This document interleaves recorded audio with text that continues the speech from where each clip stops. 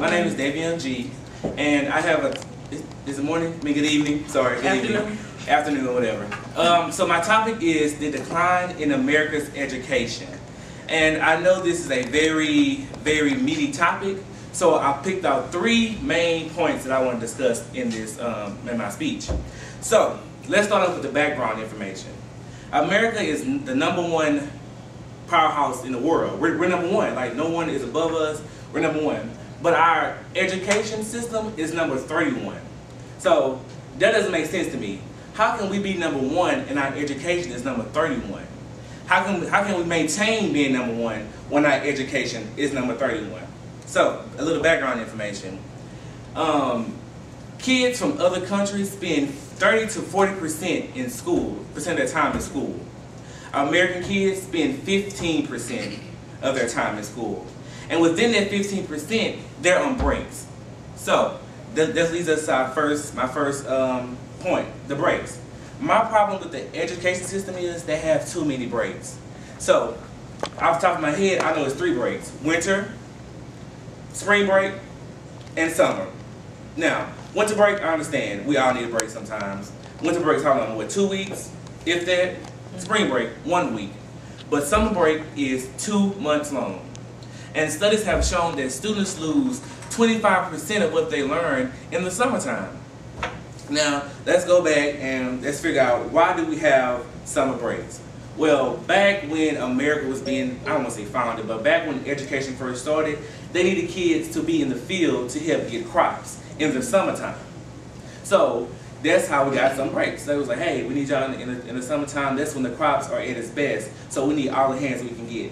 That's how they got summertime. Now, I don't know about y'all, but I don't know any kids in the summertime who was out picking crops. Do y'all? I mean, I really don't know any kids. So my thing is, what's the point of a summer break? Like, I still haven't wrapped my head around it. Now, when I was in school, I did love it. I'm not gonna lie, I loved it. But I also remember when I came back to school, we had to go back over what we learned before because I lost so much within that time. So my first problem with America's education is the breaks. Too many breaks. And within those 3 breaks, you have Martin Luther King holiday, you have this holiday, you have teachers' holidays. So they spend so much time not in the classroom. Keep in mind, they only spend 15% of school, spend their time in school, while other students are spending 30 and 40%. My next topic, the teachers. They are now teaching to a test instead of teaching our students how to think. That's my problem. So I know when I was in school, they were teaching me how to take a test and teaching me how to pass tests, not teaching me how to think. So when I got to college, I didn't know how to think. I didn't know how to malfunction in college because my first class, they wanted me to think. Oh, you had a 5-page paper, go write that paper.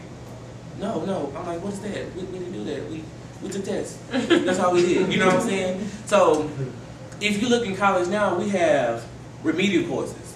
Why do we have remedial courses in college? Yeah, why do we have remedial courses in college? You've been in school for 12 years.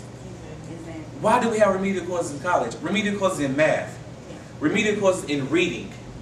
How did you graduate if you don't know how to read? Remedial courses in writing. Kids do not know how to write a paper.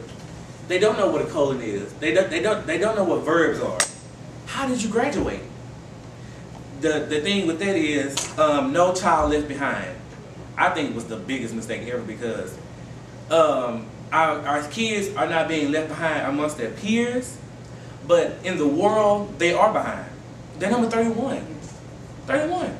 And we're still falling. Why? Because my third topic, the government. The government is taking money away from the schools instead of giving money to the schools. Yeah. I see a problem in that. Governor Rick Perry turned down money. He turned down money for the schools and still took money away from them to give to businesses. Let me build this business. I got to build this business because they're going to support me in my campaign. What's more important, your campaign or these kids? Because when you're gone, they're still going to be here. And they won't know how to run a business. They don't know how to read. They won't be able to communicate with somebody from a different world. That's my problem. So, like I was saying before, they're teaching to a test, and the government is just continuing to take away money. We're just going to take away money.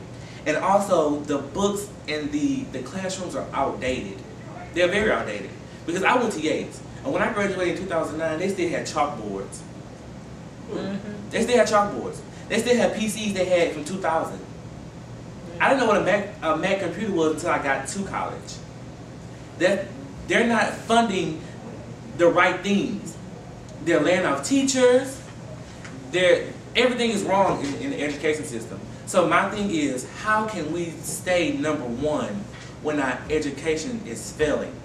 How can we do it? Our students can't read. They barely can write. They can't hold an intelligent conversation. How can they run a business? How can they do anything when our government doesn't care about the students? So, that's my speech. I am done. Thank you.